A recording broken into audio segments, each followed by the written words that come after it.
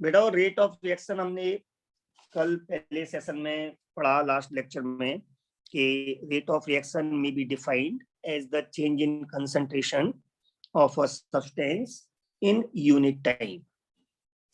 कितना कंसंट्रेशन में चेंज हुआ कि सब्सटेंस में, डिवाइड बाय कितना टाइम लिया हमने, इस रेशियो को हम बोलते हैं रेट ऑफ रिएक्शन। इस रेट ऑफ रिएक्शन को हम तीन तरीके से मेजर करते हैं, एक एवरेज रेट ऑफ रिएक्शन, एक इंस्टेंटेनियस रेट ऑफ रिएक्शन और एक इनिशियल रेट ऑफ रिएक्शन। अगर आप इसको स्पीड से कंपेयर करके देखो, जो आप पढ़ते हो छोटी क्लासेस में, speed of reaction of a body, तो अगर आप इसे स्पीड से देखो तो कल मैंने एक एग्जांपल लिया था प्रीवियस में लेक्चर में, आप एक बार इसको फिर समझ सकते हो। अगर मैं आगरा टू दिल्ली मूव कर रहा हूं अपनी गाड़ी में, और मैं आपसे ये बोलता हूं कि बेटा हो, I have travelled 60 kilometres in 1 hour. मैंने आपको बताया कि मैं 1 आवर ड्राइव किया और मैंने 60 किलोमीटर ट्रेवल किया है, तो मेरी स्पीड क्या होगी? तो उस समय आप जो स्पीड मेरी निकालोगे उसको हम बोलेंगे एवरेज स्पीड। एवरेज स्पीड का मतलब होता है total distance covered 60 kilometre divide by total time taken 1 hour, so my speed is 60 kilometre per hour. ये एवरेज स्पीड है, ये एक्चुअल स्पीड को नहीं बता रही है, ये सिर्फ एक आइडिया दे रही है कि मैं 1 आवर में 60 किलोमीटर मैंने ट्रेवल किया, या इस रेट से मैं आगे भी ट्रेवल कर रहा हूँ। ओके बेटा हो, तो एग्जैक्टली मेरी कार जो है वो 60 किलोमीटर पर आवर की स्पीड से ही लगातार 1 घंटे तक चली होगी, ऐसा नहीं है, तो एक्चुअल नहीं है ये। लेकिन अगर आप मुझे कॉल करो जिस समय मैं ड्राइव कर रहा हूँ, और कॉल करके आप मुझसे पूछो सर आपकी स्पीड क्या है, और मैं अपने उस गाड़ी के स्पीडोमीटर में आपका देखूं, और जो रीडर होता है, स्पीडोमीटर जो होता है, उस पर देखकर बताऊं कि मेरी स्पीड इस समय 75 किलोमीटर पर आवर है, और जिस समय आपने मुझे कॉल किया था वो आपने 12:05 पे किया था, ओ क्लॉक। तो इसका मतलब इस टाइम पर वो एक्चुअल रेट है, उस पल, उस इंस्टेंट पर एक्चुअल रेट है। तो इस समय मैं इस स्पीड को बोलूंगा इंस्टेंटेनियस रेट या इंस्टेंटेनियस स्पीड। बेटा वो बात समझ में आ रही है? किसी एक इंस्टेंट पर, किसी एक पर्टिकुलर टाइम पर जो स्पीड निकाली मैंने, वो रियल रेट ऑफ रिएक्शन है, वो रियल है। कोई प्रॉब्लम बेटा किसी को?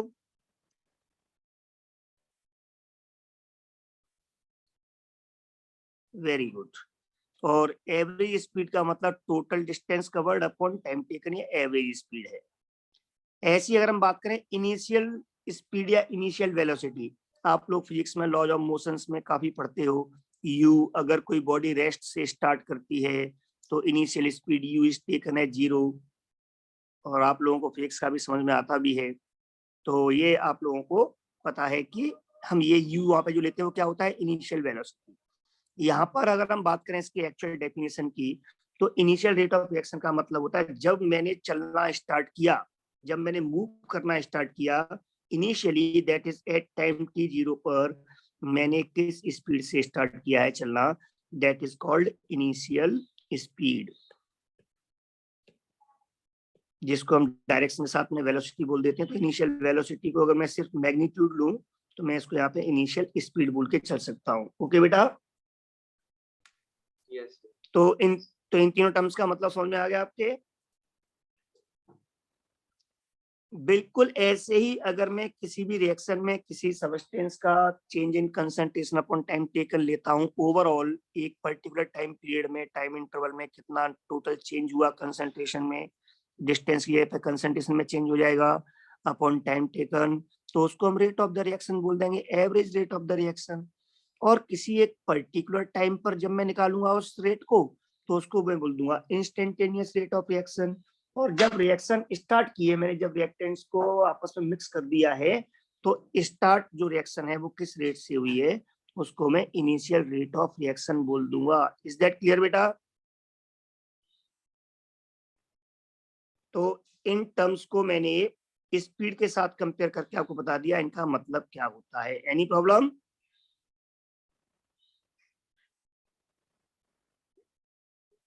बेटा और रेस्पॉन्स दो। No sir. बेटा इनिशियल रेट को आप ऐसे मान लो जैसे इनिशियल वेलोसिटी। मैं अगर आपसे फिजिक्स में क्वेश्चन पूछूं कि कोई बॉडी, कोई एक ब्लॉक है, कोई बॉडी है जो फ्रॉम रेस्ट से ये आपका स्टार्ट होती है और टाइम t सेकंड बाद ये 20 मीटर पर सेकंड की स्पीड से ट्रेवल करती है, तो बताओ t is equal to 5 second में इसने कितनी डिस्टेंस ट्रेवल की? बेटा गौरी आपने क्वेश्चन पूछा है, गौरी आपने क्वेश्चन पूछा है तो उस क्वेश्चन को आप फिजिक्स में सॉल्व कैसे करते हो? If a body starts from rest and its final velocity is 20 meter per second after 5 second, then what is distance covered? या आपसे पूछूं what is acceleration of the body? Sir v by t हो जाएगा। तो बेटा हो ये आप जानते हो ना, इस समय इनिशियल स्पीड आप क्या लेते हो यहाँ पर? जब बॉडी रेस्ट से स्टार्ट होती है तो u इज इक्वल टू 0 0 लेते हो ना बेटा, और इसको v बोलते हो फाइनल, इसको v बोलते हो तो आप ये वहां पे वैल्यू पुट करते हो ना, इनिशियल वेलोसिटी। रेस्ट से स्टार्ट हो तो 0, तो मैंने उस इनिशियल वेलोसिटी को यहाँ पर इनिशियल रेट ऑफ रिएक्शन बोल दिया है, क्योंकि रिएक्शन की बात कर रहे हैं हम यहाँ पर। Okay sir. ओके बेटा, तो मैंने इसीलिए तो ये आपका कोरिलेट किया है कि आप जब आपको फिजिक्स में पढ़ाया गया आपने उसको नोट किया, वही चीज अब यहाँ पर बस रेट ऑफ रिएक्शन की बात हो रही है, वहाँ डिस्टेंस ट्रेवल्ड है, यहाँ पर चेंज इन कंसंट्रेशन है। तो अब मैं यहाँ पर एक एक टर्म को अलग अलग लेके चल रहा हूँ। सबसे पहले हम बात करते हैं एवरेज रेट ऑफ रिएक्शन की। तो एवरेज रेट ऑफ रिएक्शन जो है, इसको मैं अब यहाँ पे एक सिंबल दे देता हूँ, R for rate, AV for average. तो मुझे बार बार पूरा नहीं लिखना पड़ेगा, तो अब आप यहाँ पे समझ सकते हो average rate of reaction is equal to total change in concentration, total change in concentration of a substance upon total time taken। कितना टाइम लिया? ओके बेटा हो, अगर ये प्रोडक्ट है तो प्रोडक्ट की कंसंट्रेशन टाइम के साथ बढ़ेगी तो चेंज पॉजिटिव आएगा, और अगर रिएक्टेंट लिया है आपने तो टाइम के साथ में कंसंट्रेशन कम होगी तो रिएक्टेंट की कंसंट्रेशन कम होगी तो चेंज नेगेटिव आएगा। रेट को पॉजिटिव करने के लिए मैं आगे माइनस लगा दूंगा, या ये कह सकते हो कि माइनस यहाँ पे शो कर रहा है कंसंट्रेशन के डिक्रीज को। मैं टोटल चेंज इन कंसंट्रेशन को यहाँ पर सिंबल दूंगा डेल्टा सी, और टोटल टाइम को मैं यहाँ पे बोलूंगा डेल्टा टी। तो इस तरह से मैं एवरेज स्पीड को सिंबल दे सकता हूँ plus minus delta C by delta T. यहाँ तक क्लियर हो गया बेटा? और यहाँ पर अभी एक पिक्चर अपने दिमाग में और सेट कर लें, ये जो एवरेज होती है रेट, ये एवरेज जो रेट ऑफ रिएक्शन है, ये it is not real rate of reaction.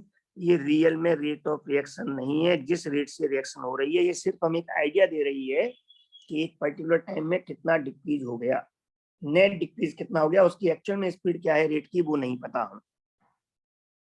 अगर मैं इसको ग्राफिकली रिप्रेजेंट करता हूँ बेटा, तो इस ग्राफिकली रिप्रेजेंट करने के लिए मैं यहाँ पर, मैंने कहा था किसी भी एक सबस्टेंस का आप लोगे तो रिएक्टेंट भी हो सकता है और वो सबस्टेंस प्रोडक्ट भी हो सकता है। तो अगर मैं यहाँ पे दो कर्व ड्रॉ करूँ, एक रिएक्टेंट के लिए एक प्रोडक्ट के लिए बेटा जी, तो रिएक्टेंट के लिए टाइम एक्स एक्सिस पे मैं ले रहा हूँ, इन दोनों के लिए इंक्रीज हो रहा है, और इस तरफ मैं कंसंट्रेशन ले रहा हूँ, और ये जो एक्सिस कंसंट्रेशन को रिप्रेजेंट कर रहा है। तो बेटा और रिएक्टेंट्स के केस में क्या होगा आप बताओ मुझे? रिएक्टेंट्स के केस में इनिशियली जब टाइम की 0 है, जब आपने स्टार्ट करनी है रिएक्शन, उस समय रिएक्टेंट्स की कंसंट्रेशन मैक्सिमम होगी, और टाइम के साथ साथ अब एक कंसंट्रेशन डिक्रीज होगी, क्योंकि प्रोडक्ट में वो चेंज होना शुरू हो जाएगा। तो कर्व कुछ ऐसे आएगा।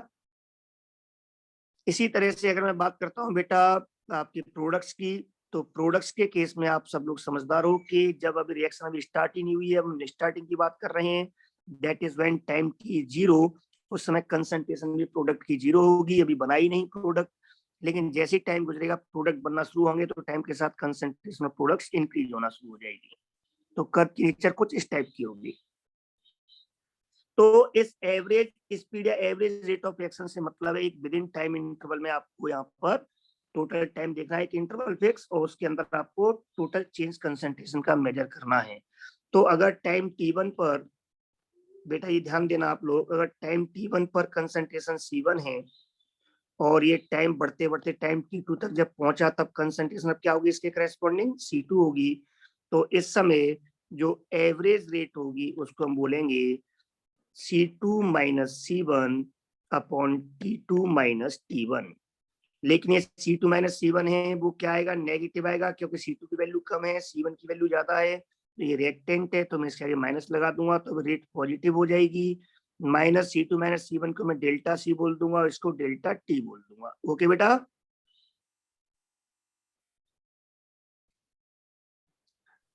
यस ये कर्व समझ में ऐसे ही अगर मैं यहाँ पर बेटा यहाँ पर बात करता हूँ तो एक पर्टिकुलर टाइम T1 पर कंसंट्रेशन है C1, एक पर्टिकुलर टाइम T2 पर प्रोडक्ट की कंसंट्रेशन हो गई है C2। इस कंडीशन में एवरेज अगर मुझे स्पीड निकालनी है तो C2 minus C1 upon T2 minus T1। यहाँ पर C2 ज्यादा है C1 कम है तो ये डिफरेंस पॉजिटिव आएगा, इसलिए मैं प्लस में रहने दूंगा इसको। So it is delta C by delta T।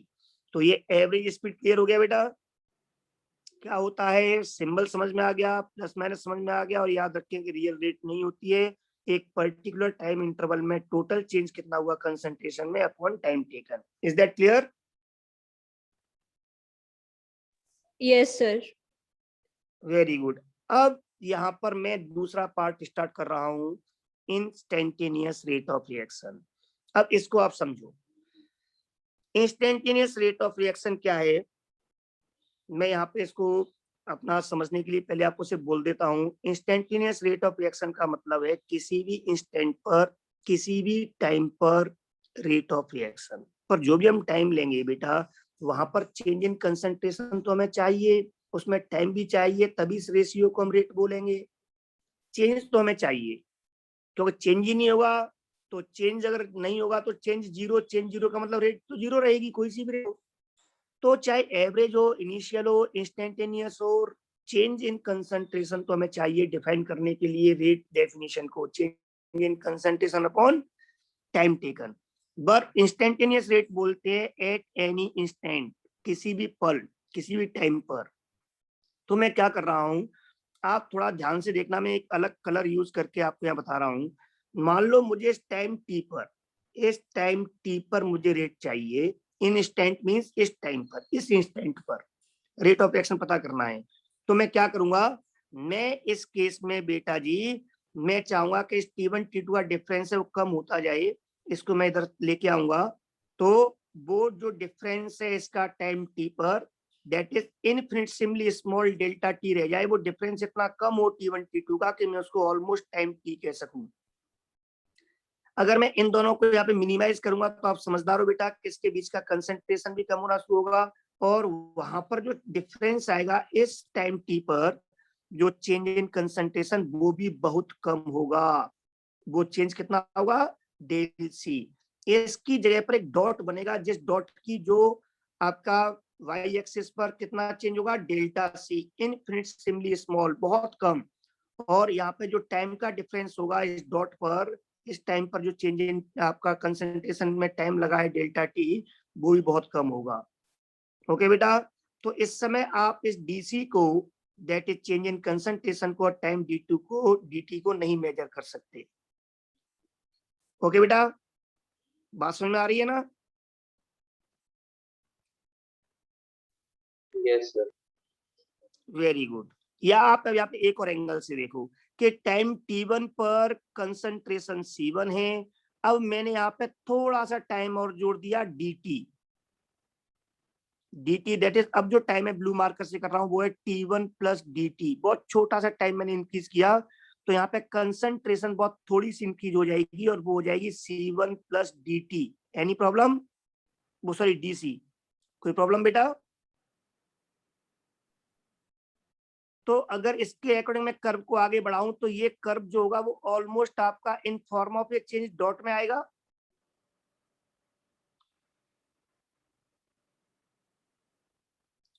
As time t1 plus dt इतना कम है कि मैं इसको ऑलमोस्ट टाइम t1 मान सकता हूं, तो मैं कह सकता हूं कि डॉट क्या शो करेगा यहाँ पर, ये डॉट हमारा टाइम t को रिप्रेजेंट करेगा कि टाइम t पर रेट ऑफ रिएक्शन क्या होगी। Is that clear? Yes sir. Very good. लेकिन मैं यहाँ पर जो चेंज आया है डीसी, क्योंकि t1 से c1 प्लस dc हुआ तो चेंज कितना हुआ डीसी, टाइम t1 से t1 प्लस dt हुआ तो टाइम में चेंज कितना आया dt। तो इस टाइम t पर जो रेट ऑफ रिएक्शन होगी इन इंस्टेंट एट टाइम t, वो क्या होगी dc बाई dt होगी। बट इसको मैं dc और dt को मेजर कैसे करूं? तो इसको मेजर करने के लिए आपने एक मैथमेटिकल ऑपरेशन पढ़ा हुआ है, और वो क्या है कि किसी भी कर्व के किसी भी पर्टिकुलर पॉइंट पर अगर मैं एक टेंजेंट ड्रॉ कर देता हूं तो उस टेंजेंट का जो स्लोप होता है, वो स्लोप बेटा जी जिसको आप लोगों ने टेन थीटा भी बोला था, वो स्लोप टेन क्या होता है, perpendicular upon base, that is perpendicular पर change that is DC divide by base पर चेंज दैट इज डीटी को बता देगा।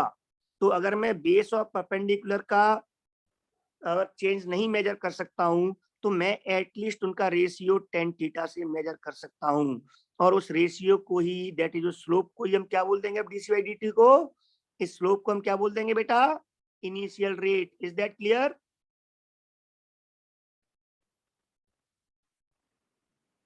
बोलो।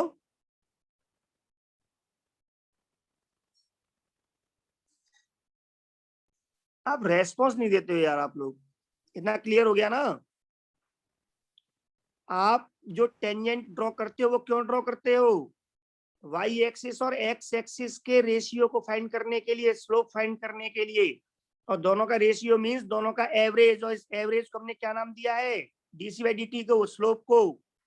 ये स्लोप क्या है, perpendicular upon base, concentration upon time, concentration upon time को हमने क्या नाम दिया, रेट ऑफ द रिएक्शन।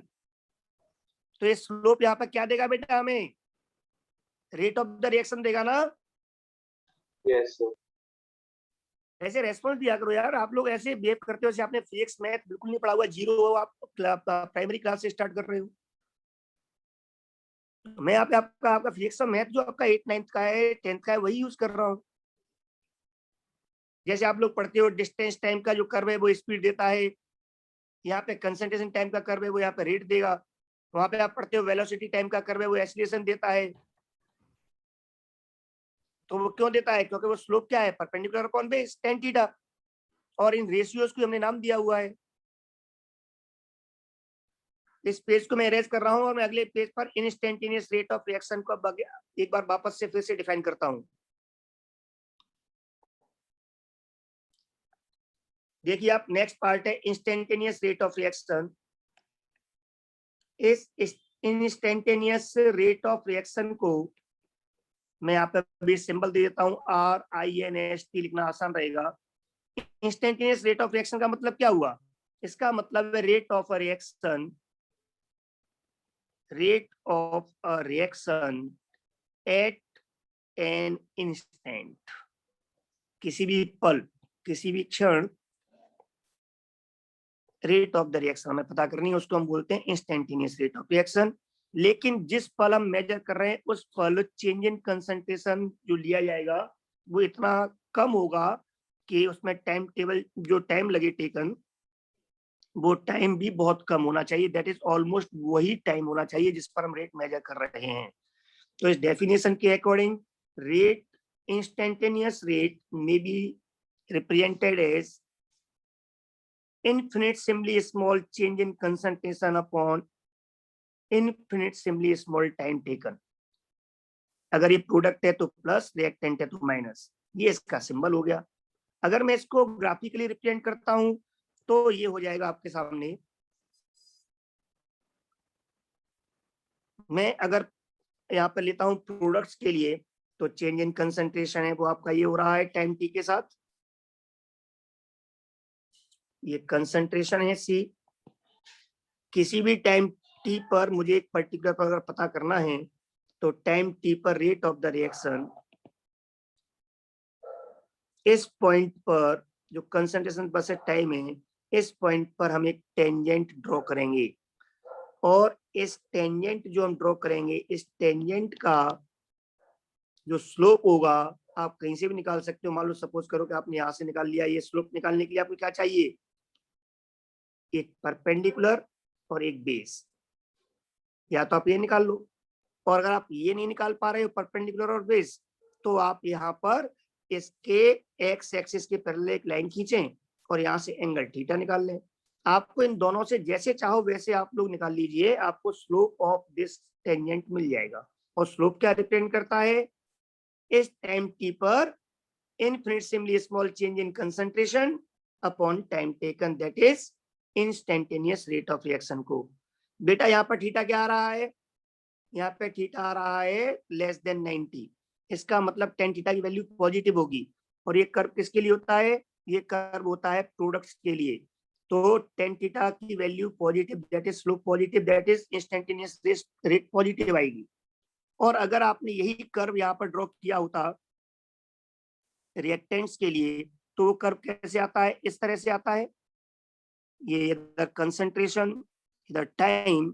अगर आप किसी भी टाइम टी पर कर्व ड्रॉ करते, किसी टाइम टी पर, ये करेस्पॉन्डिंग टाइम टी, यहाँ पर अगर आप टेंजेंट ड्रॉ करते बेटा, तो ये जो टेंजेंट होता, इस टेंजेंट का स्लोप क्या देता आपको, इस टेंजेंट का जो स्लोप है वो रेट ऑफ द रिएक्शन देता है। इस टेंजेंट को नापने के लिए आप परपेंडिकुलर मेजर कर लें एक पर्टिकुलर, और एक उसी पर एक पर्टिकुलर बेस। तो परपेंडिकुलर पर बेस से मेजर कर सकते हो। अगर आपको परपेंडिकुलर और बेस नहीं मेजर कर पा रहे हो तो आप लोग इस टेंजेंट का एंगल थीटा मेजर कर लें। या थीटा मोर देन 90 है तो टेन थीटा की वैल्यू नेगेटिव आएगी, दैट इज स्लोप यहाँ पर नेगेटिव आएगा। तो मैंने आपको बताया था कि रिएक्टेंट के केस में हम रेट को पॉजिटिव बनाने के लिए हम क्या करते हैं बेटा, इसको बनाने के लिए माइनस लगा लेते हैं। Very good. तो इस तरह से मैं अगर इसको डिफाइन करना चाहूँ mathematically instantaneous rate of reaction को, तो मैं कैसे डिफाइन कर सकता हूँ, अब मैं इसको डिफाइन कर रहा हूँ। It may be defined as the slope of tangent drawn at time T. जिस टाइम पर मैं निकाल रहा हूँ रेट, उस टाइम पर जो ड्रॉ किया गया है टेंजेंट, उसके स्लोप को हम क्या बोल सकते हैं, इंस्टेंटेनियस रेट। लेकिन ये ड्रॉ किस पे किया गया है, on the plot of concentration versus time. Concentration versus time का जो प्लॉट है उस पर टाइम टी के करेस्पॉन्डिंग जो हम टेंजेंट ड्रॉ करेंगे, उस टेंजेंट का स्लोप जो है is called as instantaneous rate of reaction at time t। तो यहाँ पर instantaneous rate क्या होगी बेटा, instantaneous rate at time t is equal to minus dc by dt which is equal to slope of tangent। Any problem? No sir। और यहाँ पे जो स्लोप आएगा बेटा, ये आपको पता है, स्लोप ऑफ टेंजेंट जो होगा, यहाँ माइनस, यहाँ भी लगाते हैं माइनस, यहाँ स्लोप ऑफ जो टेंजेंट होगा इसका वो क्या होगा, is equal to tan theta. बेटा यहाँ पे theta is more than 90 degree है, सो टेन थीटा की जो वैल्यू होगी वो नेगेटिव होगी, दैट इज स्लोप नेगेटिव आएगा। या अगर आप इसे परपेंडिकुलर और बेस मेजर कर सकते हो तो आप इसे स्लोप को परपेंडिकुलर अपॉन बेस से मेजर कर सकते हो। Is that clear? Yes sir. और यहाँ पे अगर हम बात करते हैं तो यहाँ पे क्या हो जाएगा, यहाँ पे जो स्लोप आएगा जिसको हम टेन थीटा बोल रहे हैं वो पॉजिटिव आएगा। और पॉजिटिव क्यों आएगा, क्योंकि थीटा लेस देन 90 है। तो आप यहाँ पर चाहे प्रोडक्ट के केस में निकालें चाहे रिएक्टेंट के केस में निकालें, टेंजेंट का जो स्लोप होगा वो हमें उस टाइम टी पर इंस्टेंटेनियस रेट प्रोवाइड करेगा। एंड एक लास्ट लाइन, ये जो रेट होती है it is real rate of reaction. ये क्या है, it is real rate of reaction. ये रिएक्शन की रियल रेट है, क्योंकि उस टाइम पर एक्चुअल में क्या रेट है उसकी वो हमें बता रही है। इतना क्लियर हो गया? Yes sir. तो मैं इसे एक और तरीके से लिख सकता हूं कि इंस्टेंटेनियस जो रेट होती है वो एक्चुअल में एवरेज ही रेट होती है जब delta T that is time का इंटरवल टेंस टू 0 हो जाए, that is infinitesimally small dt, जो इतना कम चेंज है dt कि उसको हम 0 तो नहीं कह सकते बट टेंस टू 0 कह सकते हैं। तो जब एवरेज स्पीड में टाइम डिफरेंस की लिमिट ऑलमोस्ट 0 हो, that is very small difference हो टाइम का, उस समय उस एवरेज स्पीड को ही हम इंस्टेंटेनियस रेट ऑफ रिएक्शन कह सकते हैं। Is that clear? Yes, sir. Yes sir. Very good, very good. अब इसके आगे बहुत छोटी सी बात है, मैं इस यहाँ पर अगर मैं टाइम t 0 पर कितना, ये जो इनिशियली मैं अगर यहाँ पे टेंजेंट ड्रॉ करता बेटा, तो ये टेंजेंट हमें क्या देता, ये टेंजेंट हमेशा क्या दे रहा है हमें, टेंजेंट का स्लोप, रेट ऑफ रिएक्शन। तो इस समय इस टेंजेंट का जो स्लोप होता है वो हमें क्या देता, time t is equal to 0 पर rate, that is initial rate. Is that clear? Yes, sir. Yes sir. Very very good. तो इनिशियल रेट के लिए डेफिनेशन क्या हो जाएगी, same, initial rate may be defined as the slope of the tangent drawn at time t is equals to 0 लिख देंगे बस हम यहाँ पर, t is equals to 0 on the plot of concentration versus time। Okay बेटा? Yes, sir. तो मैं यहाँ पर इस चीज को एक बार लिख देता हूं, आप ध्यान से देखें। नेक्स्ट है इनिशियल रेट। तो इनिशियल रेट क्या हुई, इनिशियल रेट ऑफ रिएक्शन, आप इसकी डेफिनेशन लिख दोगे, और वो क्या है डेफिनेशन समझ में आ गया? अब आपके क्या चेंज करना है आपको, Time is सिर्फ equal to time 0. Time t is equal to 0 बस ऐड कर दोगे तो अब ये किसकी डेफिनेशन हो गई, इनिशियल रेट ऑफ रिएक्शन की। और आप इसको शो कर सकते हो आर आई, initial rate of reaction is instantaneous rate of reaction at time t is equal to 0, that is initially time t 0 पर जो इंस्टेंटेनियस रेट होती है उसी को हम इनिशियल रेट ऑफ रिएक्शन कहते हैं। Is that clear? Yes, sir. Yes sir. Very good. अब मैं तीनों रेट हमने एक्सप्लेन कर ली, किस तरह से मेजर करते हैं, तीनों का क्या मतलब है, तीनों को कैसे कैसे बोल सकते हैं। अब मैं कुछ क्वेश्चंस जो मैंने प्रीवियस वीडियो में जो पढ़ाया था रेट ऑफ रिएक्शन का मीनिंग, और उसके बाद में अभी टाइप्स जो हमने देख ली कितने तरीके से मेजर कर सकते हैं, इन सबके बेसिस पर हम कुछ क्वेश्चंस, प्रैक्टिस क्वेश्चंस लेते हैं, जिनमें से कुछ क्वेश्चंस मैं सॉल्व कर दूंगा और जो बचेंगे वो आपका होमवर्क होगा। ओके बेटाओ? तो अब कुछ क्वेश्चन देखो, मैं आगे यहाँ मैं इसको इरेज कर दूं, इरेज कर दूं बेटा? Yes sir. Yes sir. Yes sir. चलो क्वेश्चन देखो फिर।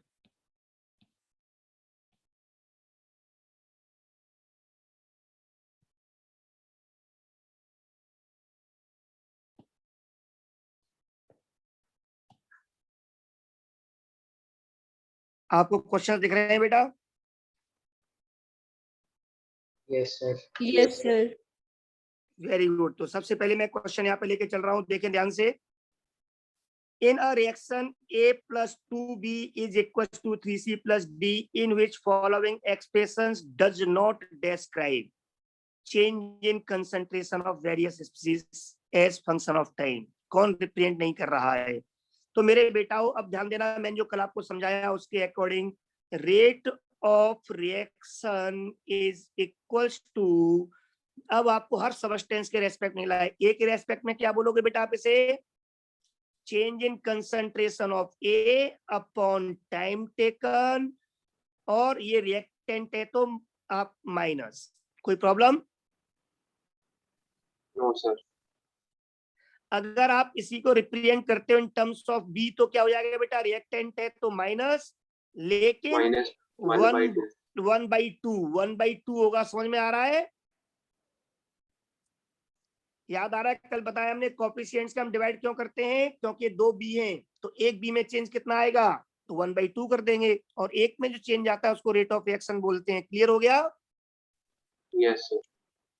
अगर मैं सी के टर्म्स में निकालता हूं तो सी प्रोडक्ट है तो प्लस में आएगा, 3 है इसलिए 1/3 change in concentration of C divide by time, और मैं डी के रेस्पेक्ट में निकालता हूं तो प्रोडक्ट है इसलिए प्लस ए की डी है इसलिए change in concentration of D divide by time taken. ये आप कैसे भी निकालो सब इक्वल आएंगे और सबको हम बोलेंगे rate of reaction. Is there any problem? No sir. तो अब आगे देखो, इसने जो फॉर्मूले दिए हुए हैं हम उनको अब आपका रिलेट करते हैं। इसने सी और ए का रिलेशन दिया हुआ है पहले ऑप्शन में, तो आप इस ए को और सी पे नजर दौड़ाओ, तो अगर आप इन्हें इक्वलाइज करोगे तो 3 का मल्टीप्लाई अगर आप इधर कर दोगे तो क्या हो जाएगा बेटा, -3 DA by dt upon DC by dt। Yes sir. तो पहला तो सही है, पहला रिलेशन तो इसने पूछा है डज नॉट, हमें रॉन्ग ढूंढना है। अब दूसरा ऑप्शन देखो, दूसरे ऑप्शन में डी और सी का रिलेशन है ना बेटा? Yes sir. तो अब डी और सी के रिलेशन पे ध्यान दो। अगर आप डी और सी के रिलेशन पे ध्यान दोगे तो आप देखोगे ये है सी और ये है डी, तो आप इन्हें इक्वल करोगे तो 3 का इधर आने पर मल्टीप्लाई हो जाएगा, तो ये हो जाएगा आपका 3D अपॉन dt। मतलब ये भी सही है, ये भी रिलेशन इन्होंने सही लिखा हुआ है। Any problem? No sir. आप 3 का इधर ये जो आपका जब इक्वल करेंगे तो इस 3 का इधर आके मल्टीप्लाई हो जाएगा इंटू 3। ओके बेटा, अगला रिलेशन इन्होंने जो लिया हुआ है वो है बी और सी का। अब आप बी और सी पर ध्यान दो, बी और सी पे आप फोकस करोगे। देखो मैं अलग अलग पेन यूज कर रहा हूँ हर बार, अब मैं बी और सी पे ध्यान दे रहा हूँ। तो मैं अगर बी और सी पे ध्यान दूंगा बेटा तो आप दो काम कर सकते हो, 2 का मल्टीप्लाई कर सकते हो सी में, इधर आ जाएगा, और 3 का मल्टीप्लाई हो जाएगा आपका इस बी वाले फ्रैक्शन में, हो जाएगा ना? तो ये हो जाएगा 3b by D T is equal to 2DC by D T, और एक तरफ माइनस रहेगा क्योंकि एक प्लस में एक माइनस में, वो आप कहीं भी लगा सकते हो। Any problem?